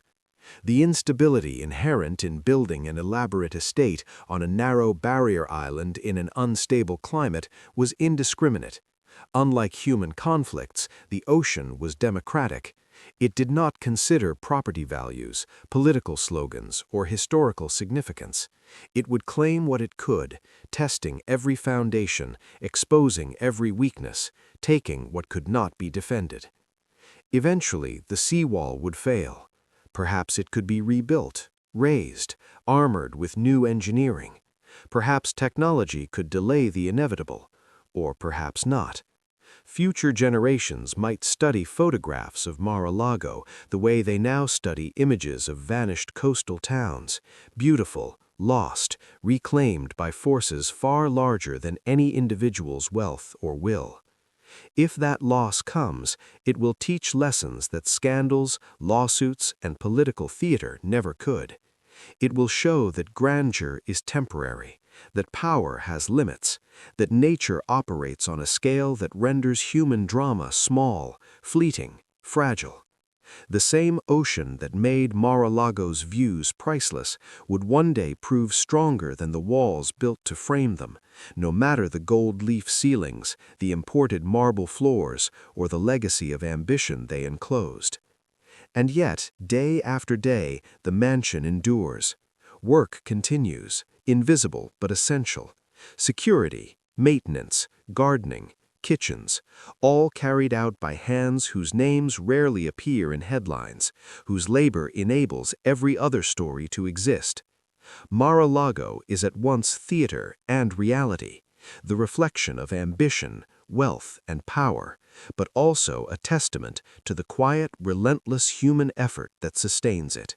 It is a reminder that no vision, no matter how dazzling, survives without care, that the glamour of history depends on the persistence of labor, that ultimately even the mightiest walls can only hold back the patient, inevitable forces of nature for so long. Mar-a-Lago, in its gilded, sunlit perfection, remains a mirror, reflecting ambition, privilege, conflict, and labor, holding within its walls both human aspiration and the immutable truths of the natural world. The question it leaves is not only what Americans will say about it, but what they will learn from it, and whether they will recognize that behind every gilded surface lies a quiet, enduring struggle against time, entropy, and the ocean's inexorable push. But that is the future. The present offered quieter lessons, available to anyone willing to see them. Lessons in continuity. Work goes on, regardless of headlines. Ordinary effort sustains extraordinary places. Maintenance, not spectacle, is what keeps the world from falling apart. Lessons in complexity. Places hold multiple truths at once. A single building can be both beautiful and compromised, admirable and troubling. History is never simple enough to fit neatly into one side's story. Lessons in consequence. Private choices ripple outward, shaping public reality. Personal ambition affects collective life. The past is never safely sealed away, it is woven into the present, guiding what feels possible, what seems inevitable. None of these truths require expertise, only attention. The willingness to see Mar-a-Lago not as a symbol, a political or cultural cipher, but as a real place, built by real people, maintained by real labor, situated in a real environment that will ultimately decide how long it can endure. Attention, after all, is a choice, and choices about what to remember shape what the future will inherit. Mar-a-Lago's story would be told and retold, but which version would endure? Would it be the tale of Marjorie's social ambition? A woman building a palace to prove her worth, asserting herself through stone, tile, and gilded ornament? Or would it be Trump's transformation of the estate into a political stage, the Winter White House that generated controversy as often as it projected prestige? Would it be the saga of classified documents, cardboard boxes in a ballroom, the moment a mansion became evidence in a federal prosecution? Or would it be something else entirely, a version that wove together all these threads without crowning a single one as the definitive truth? Symbolic places are containers. Mar-a-Lago can hold whatever meaning people need it to carry. American excess, American achievement, corruption, entrepreneurship, class division, opportunity. Each interpretation can be defended with carefully chosen facts. Each serves particular political or ideological goals. Each, in its own way, conceals as much as it reveals. Honest memory resists this flattening. It insists that places carry multiple, sometimes contradictory truths, even when those truths make simple judgment impossible. Mar-a-Lago was, at once, a remarkable work of architecture and a monument to inequality, a property rescued from decay and a vehicle for the dangerous fusion of public duty and private profit, a workplace for hundreds and a symbol wielded in national political battles. All of these were true simultaneously. To accept that, one must learn to hold contradictions, to live with complexity without forcing it into a neat moral lesson. Facts alone do not equal understanding. Historical records can tell dates of construction, chains of ownership, design details, and legal cases. But understanding requires context, interpretation, and the courage to ask uncomfortable questions. Whose stories were recorded and whose were omitted? Whose voices were amplified and whose muted? The workers who built and maintained Mar-a-Lago deserve more than footnotes. They are central figures. Their labor was as essential as any architect's sketch or owner's dream. Their names, when recoverable, should be recorded, their working conditions documented. Their perspectives, when safely shared, should stand alongside the accounts of presidents, tycoons, and developers. The mansion's environment demands equal attention. Mar-a-Lago does not exist in isolation. It sits on a fragile barrier island, dependent on delicate ecosystems and exposed to rising seas and intensifying storms. Erecting permanent, elaborate structures in such a location reflected assumptions about human mastery over nature, assumptions that seem increasingly implausible with every hurricane season. Future historians might judge Mar-a-Lago not only as a single property, but as a symbol of the broader culture of coastal luxury development, a culture marked by hubris, convenience, and disregard for ecological limits. The economic foundations of Mar-a-Lago merit scrutiny as well. Marjorie's wealth came from food processing, an industry tied to agricultural labor and mass consumer markets. Trump's fortune was rooted in real estate, an industry deeply entwined with banking, tax policy, zoning laws, and long histories of racial discrimination and segregation.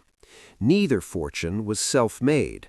Both depended on broader structures, legal frameworks, and the labor of others. Honest history names these structures, rather than repeating myths of the lone self-made genius. Cultural meanings of the mansion will continue to shift. What seemed urgent in the early 2020s may appear minor or puzzling to observers in the 2070s. Political storms that made Mar-a-Lago infamous will fade as the central figures exit the stage, replaced by new controversies. But the building itself, if it survives, will remain. A physical artifact of early 20th century ambition and early 21st century conflict, layered with meanings that each generation will revisit, reinterpret, and revise. That constant reinterpretation is inevitable. The real question is whether it will be careful or careless. Will future Americans undertake the work of understanding context and complexity, or will they project present anxieties backward, bending history to fit their needs, disregarding the realities of the past? Education offers one of the few defenses against this laziness of interpretation. If Mar-a-Lago ever became a museum or historic site, a possibility, though far from guaranteed, it could carry multiple lessons simultaneously. Architectural tours could run alongside explorations of labor history.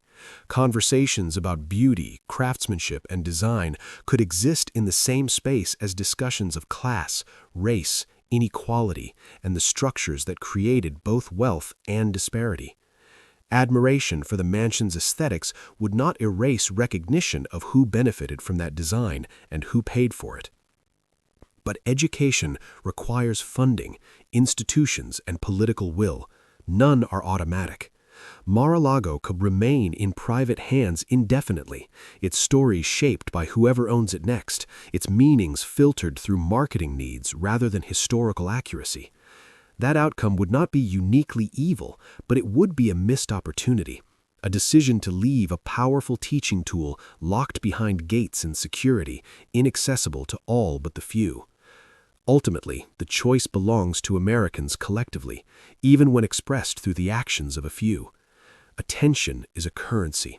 What we choose to remember, what we insist upon preserving, and what we allow to be forgotten will define not only Mar-a-Lago's legacy, but the lessons it imparts about wealth, power, labor, ambition, and responsibility. To truly engage with Mar-a-Lago is to confront the contradictions of America itself, the interplay of achievement and exploitation, spectacle and substance, history and myth. The mansion stands, patient and enduring, offering lessons to those willing to see them. Continuity, complexity, consequence, the labor that sustains it, the ambitions that shape it, the fragility of the land beneath it. Mar-a-Lago does not demand attention. It offers it.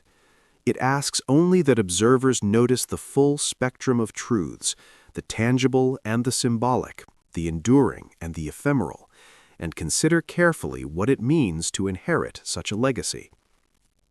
The choice was never just about Mar-a-Lago's fate. It was about something far larger, the kind of country people wanted to sustain, the values they wished to honor, the questions they were willing to ask, the legacies they hoped to leave behind. Buildings do more than exist. They reflect the societies that create and maintain them. Mar-a-Lago, whatever else it might be, was a mirror. Some reflections were flattering, others were uncomfortable, even disturbing. All were revealing. Whether Americans learned from that reflection depended entirely on their willingness to look honestly, to recognize the patterns beneath the marble and the gilded ceilings, the lessons hidden in labor, access, and ambition. Mar-a-Lago was not unique. It was part of a larger pattern, one that stretched across the United States, across time and geography. Similar stories had played out in countless other buildings, different owners, different eras, yet eerily consistent dynamics.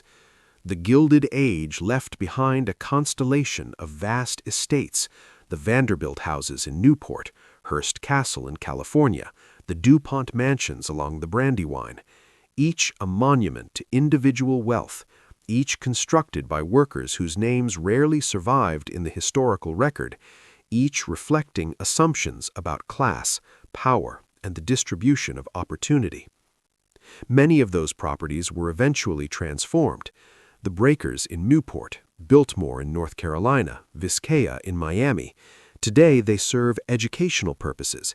They tell stories of architecture and design, of wealth and influence, but also, to varying degrees, of labor, inequality, and the human costs embedded in their creation. Mar-a-Lago remained different, largely because it stayed in private hands and became entangled in modern politics.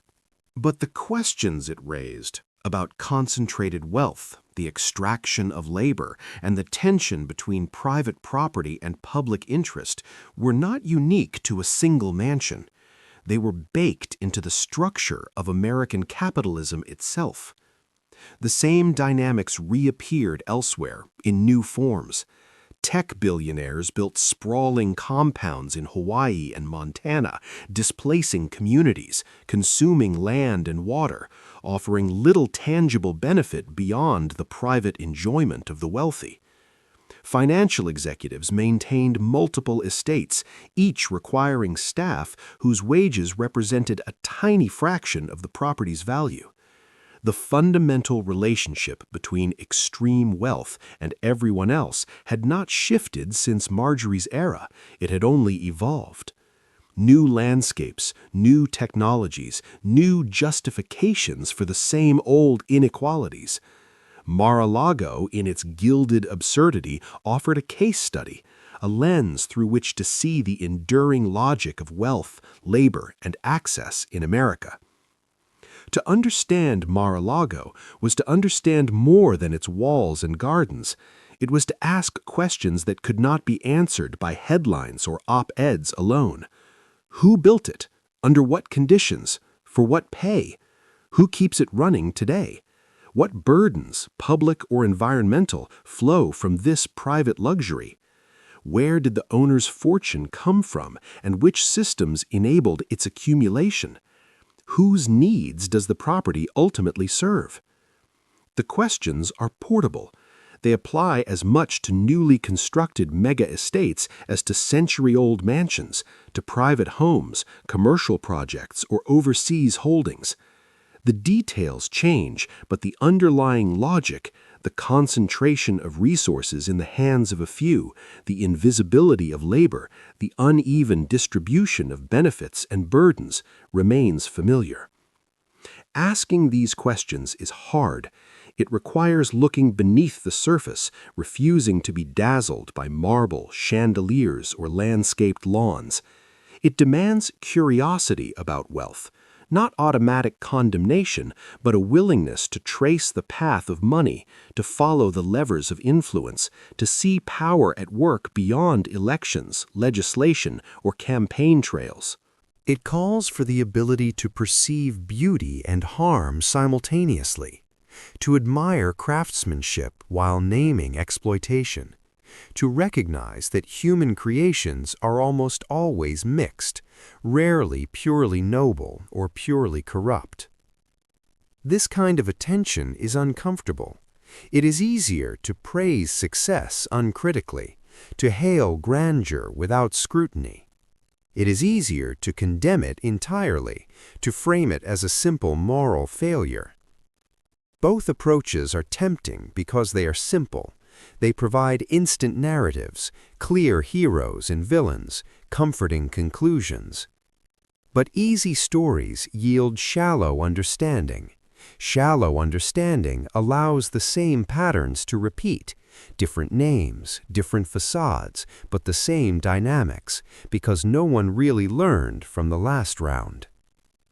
Mar-a-Lago offers the opportunity for something deeper, the chance to learn, if only people are willing. Its century-long arc contains lessons about ambition and excess, about labor and luxury, about the collision of private property and public interest, about how buildings both reflect and shape the societies around them.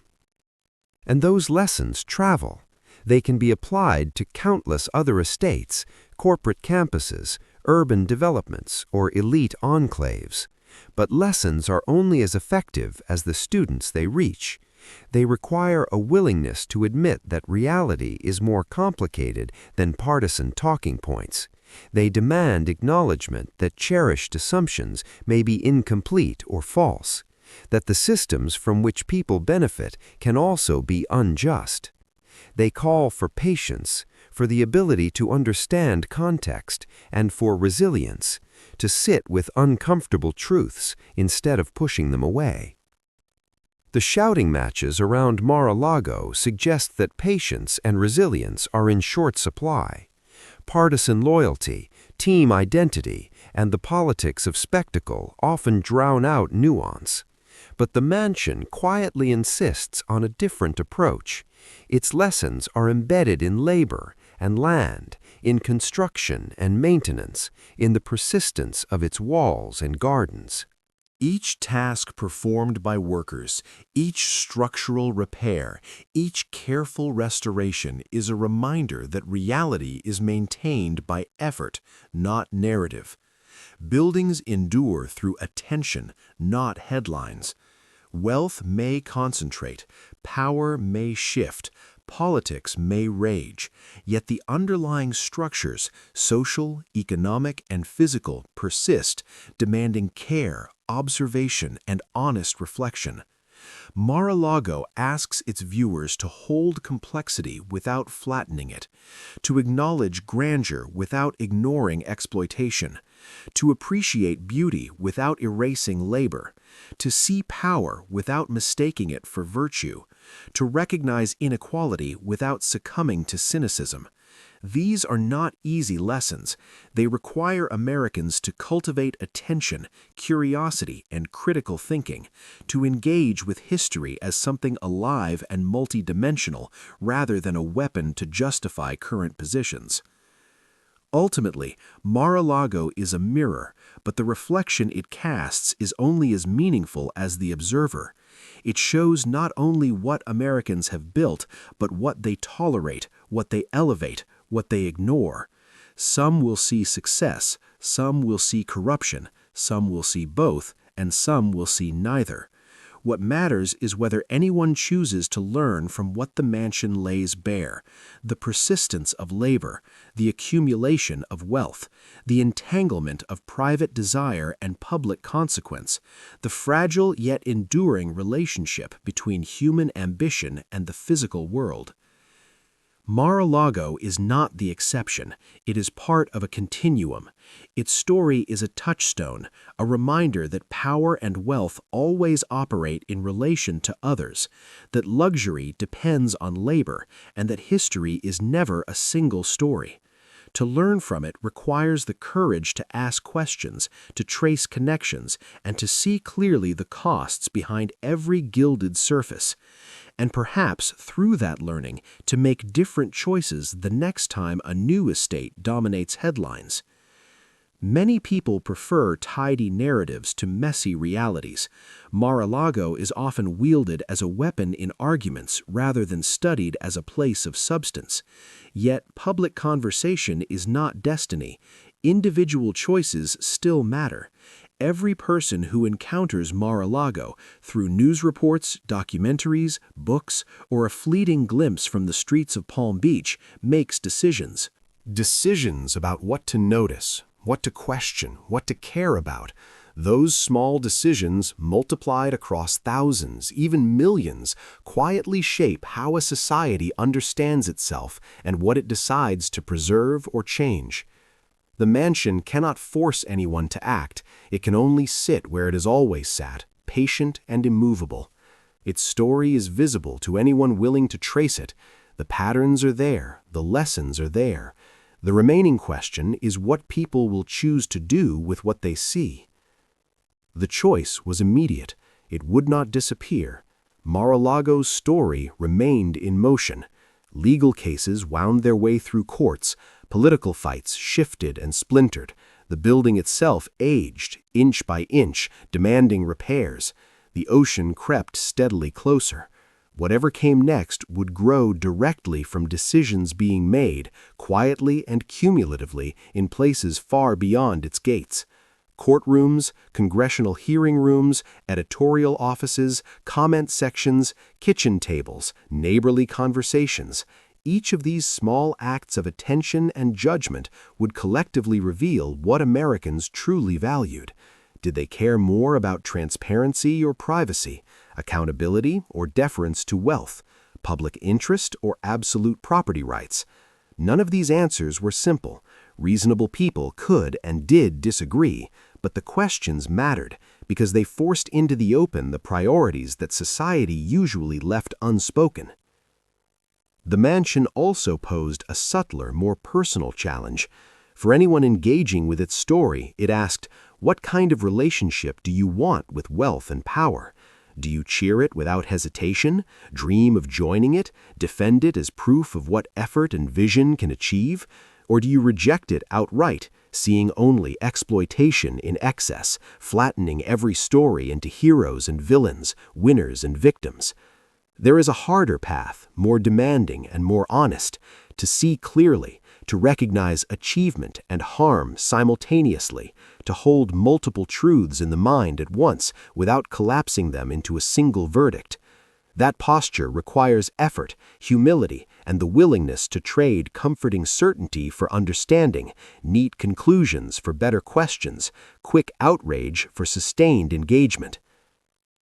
Mar-a-Lago deserves that kind of attention, not because the building is sacred, not because its story is uniquely dramatic, but because it is concrete, immediate, and unmistakable. Here, in one estate, abstract forces become visible. Wealth, class, labor, politics, environment, and media converge in a single, tightly packed space. The mansion's 17 acres hold nearly a century of history, layers of ambition, labor, and spectacle, waiting for observers to decide what it should mean. And that decision will say far more about those who make it than about the house itself. What they notice, what they ignore, what lessons they carry forward, and what truths they choose to leave unexamined, those are the real legacies. Outside, the waves continue their ceaseless rhythm against the seawall. The structure holds, for now. Time moves forward, patient, relentless. It gives no excuse, allows no deferral. The choice is always present. Mar-a-Lago will remain where it has always been, a mirror of ambition and excess, labor and privilege, power and consequence. The mansion waits, not for a dramatic revelation, not for a grand finale, but for the quiet, cumulative decisions of countless individuals willing to pay attention, to notice the subtleties, to engage with its truths honestly. The waves rise, the sun crosses the sky, the mansion endures, and the choice remains entirely, irrevocably in the hands of those who look.